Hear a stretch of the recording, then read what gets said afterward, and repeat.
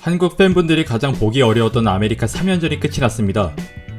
라스베이거스가 나와있지만 현지 기준 나이트 레이스이기 때문에 한국 오후 시간대에 볼 수 있을 것이고, 카타르와 아부다비 모두 스프린트와 레이스 세션 기준으로 자정 전후로 끝이 나기 때문에 어렵지 않게 시청할 수 있을 거라 예상합니다.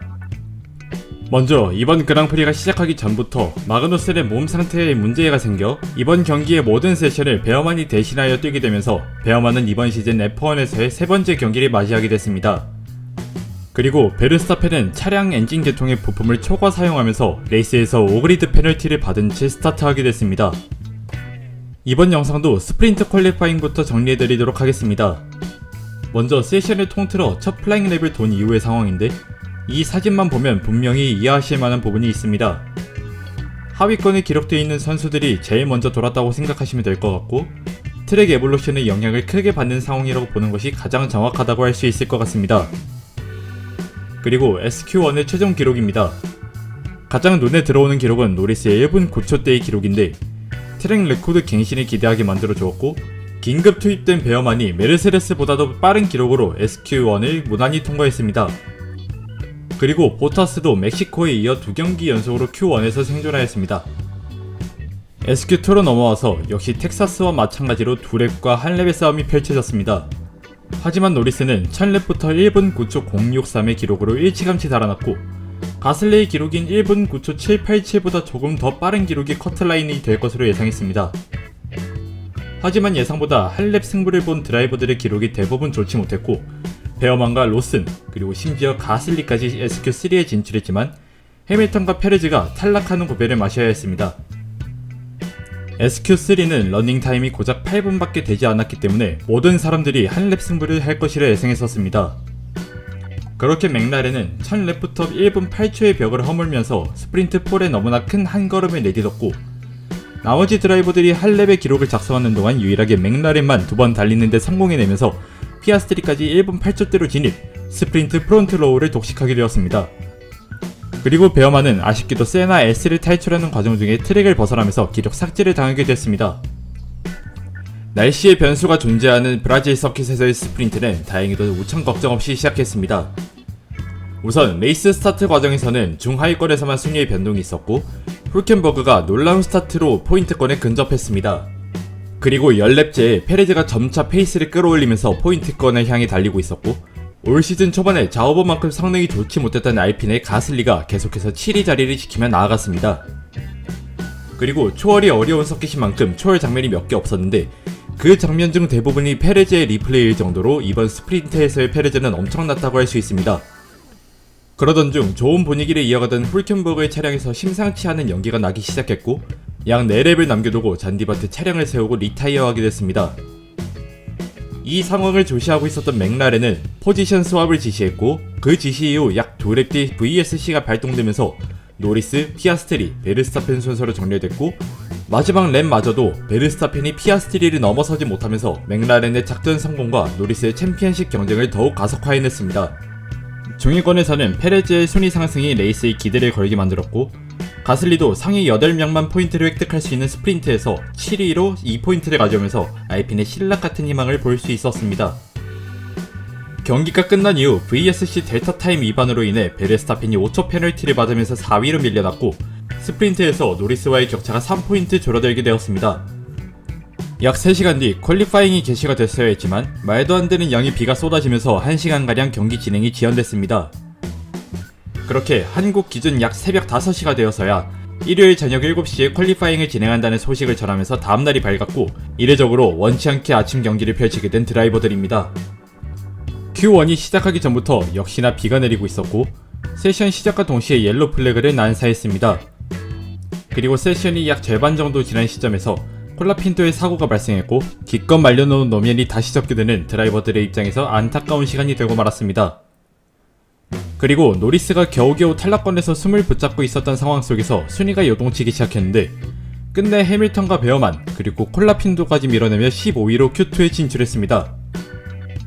Q1 탈락자는 해밀턴, 베어만, 콜라핀토, 훌켄버그, 저우건유입니다. Q2는 시작과 동시에 피아스트리가 묘수를 던졌습니다. 모두가 풀 웻 타이어를 선택했을 때 홀롬 인터미디어트 타이어를 선택해 나왔고, 준수한 기록을 보여주자 모든 팀과 드라이버들이 인터미디어트 타이어를 착용하기 위해 피트인을 했습니다. 그렇게 가장 먼저 인터미디어트 타이어를 사용한 피아스트리가 타이어 온도를 적절하게 맞추면서 2위보다 한참 앞선 기록을 작성해냈고, 그 뒤에 드라이버들도 급하게 기록을 써내려가려던 찰나에 또다시 세나 S에서 사인츠의 사고가 발생했습니다. 사고가 난 시점이 약 6분 남은 상황이었기 때문에 많아도 2번의 랩을 소화 가능했기 때문에 노리스를 포함한 탈락권의 선수들이 굉장히 급해졌고, 세션이 끝나기 직전 스롤의 사고로 인해 기록 경신 중이었던 레드불 듀오의 주행이 중단되었습니다. 그렇게 약간은 억울할 수 있는 상황 속에서 탈락하게 되었고, RB와 에스턴 마틴이 모두 Q3에 진출했습니다. Q2 탈락자는 보타스, 베르스타펜, 페레즈, 사인츠, 가슬리입니다. 혼란이 가중되는 상황 속에서 Q3가 시작되었습니다. Q3에 진출 성공한 스트롤이 사고로 세션 아웃되면서 9명만이 달리는 세션이 되었고, 왜 퀄리파잉의 묘미라고 할 수 있는 피트인을 하지 않고 콜다운과 플랭 랩을 반복하는 상황 속에서 잠정폴이라는 단어의 의미가 무색할 정도로 여러 드라이버들이 얽힌 채로 기록이 작성되고 있었습니다. 하지만 또다시 사고가 발생했고, 이번 사고의 주인공은 알론소였습니다. 이로써 에스턴 마틴은 레이스 시작까지 4시간이 채 남지 않은 시간 동안 2대의 차량을 모두 수리해야만 했습니다. 그리고 얼마 못 가 알본마저 사고가 났고, 윌리엄스도 두 드라이버 모두 퀄리파잉에서 사고가 났습니다. 이후 수많은 순위의 변화가 있었지만 노리스가 굳건히 1위의 기록을 계속 작성했고, 러셀이 기사회생하면서 이 그리드에 자리했으며 3, 4, 5 그리드에서는 언더독의 무서움을 보여주면서 아주 어렵고 혼란스러웠던 세션이 끝이 났습니다. 레이스 스타트 그리드는 이와 같이 정리됐습니다. 비가 오지는 않지만 노면이 마르지 않은 채로 레이스가 시작했고, 포메이션 랩 진행 중에 작년에 페라리가 떠오르는 장면을 스트롤이 발생시켰으며 스타트가 지연됐다는 메시지가 발생했지만 추가 포메이션 랩 메시지는 나오지 않은 상황에 노리스를 필두로 한 드라이버들이 추가로 한 바퀴를 돌아버렸고, 이러한 이슈로 인해 레이스 스타트가 지연되었습니다. 본격적으로 레이스가 시작하고 시작과 동시에 치열한 배틀이 펼쳐지면서 순위의 변동이 생겼습니다. 그리고 10랩을 달리고는 베르스타펜이 무려 6위까지 올라오면서 무서운 페이스를 보여줬고, 22랩에서는 르클레르를 숨통을 끈으로 달려오는 듯한 모습을 연출했습니다. 그렇게 선두 그룹은 28랩째를 소화하고 있었는데 훌켄버그의 차량이 움직일 수 없는 상황에 처하면서 VSC가 나왔고, 이때를 틈타 타이어를 밖으로 들어온 드라이버와 트랙에 그대로 남은 드라이버로 나뉘었습니다. 하지만 갑작스럽게 내리는 폭우로 인해 드라이버들의 안전을 위한 세이프티카가 나오게 됐고, 풀백 컨디션 상황에 맞춰 나왔던 선수들과 새 인터미디어트 타이어를 사용한 선수들이 손해를 보게 되었습니다. 무난하게 세이프티카가 들어가나 했지만 콜라핀토가 갑작스러운 사고를 내면서 세이프티카 상황이 레드 플래그로 변하고 말았고, 이때까지의 순위는 오콘, 베르스타펜, 가슬리 순서로 정렬되어 있었습니다.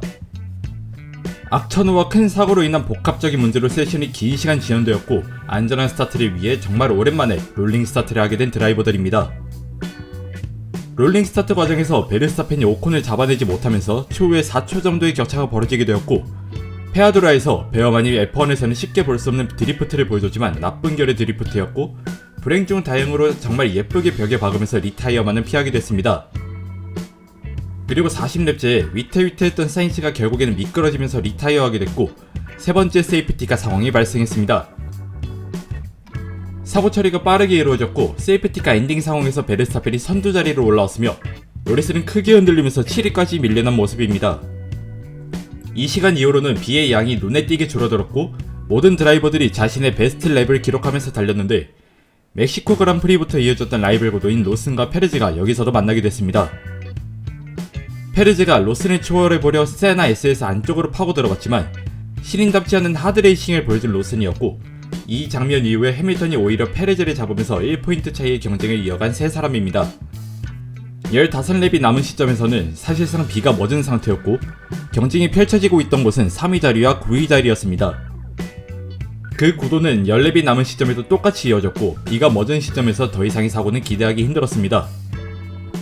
그렇게 베르스타펜이 6월 23일에 열린 스페인 그랑프리 이후 첫 우승을 브라질에서 거뒀고, 알핀은 오콘과 가슬리가 알핀의 이름으로 첫 더블 포디움을 차지하면서 엄청나게 많은 포인트를 가져와 컨스트럭터 9위에서 6위까지 순식간에 올라오게 되었습니다. 반면에 베어만은 출전한 전 경기 포인트 피니시 기록이 깨져버렸고, 맥라렌도 노리스가 폴 포지션에서 스타트했지만 6위로 마무리하면서 피아스트리까지 도합 12포인트만 얻어낼 수 있었습니다. 정말 오랜만에 우승의 기쁨을 만끽한 베르스타펜의 모습과 알핀 듀오의 기뻐하지 않을 수 없는 상황을 볼 수 있었고, 심지어 알핀은 더블 포디움이었기 때문에 팀 차고 전체가 축제 분위기였을까라 확신할 수 있습니다. 이번 레이스 내용은 여기까지입니다. 이번 주말은 퀄리파잉 연기부터 퀄리파잉 도합 레드플래그 5번, 그리고 레이스 세이프티카 3번까지 혼란하고 혼란한 경기였고, 심지어는 퀄리파잉 세션이 오프닝 기준으로 2시간이 걸렸던 오랫동안 입에 오르내릴 만한 경기였다고 생각합니다. 다음 경기는 약 3주 뒤부터 펼쳐지는 나이트 레이스 3연전의 첫 경기인 라스베이거스 스트립 서킷입니다. 이 경기부터는 꽤나 시청에 원활한 시간이기 때문에 조금만 힘내서 시즌 끝까지 저와 함께 봐주신다면 감사하겠습니다. 영상 여기서 마무리하겠습니다. 지금까지 크레이지 포뮬러였습니다.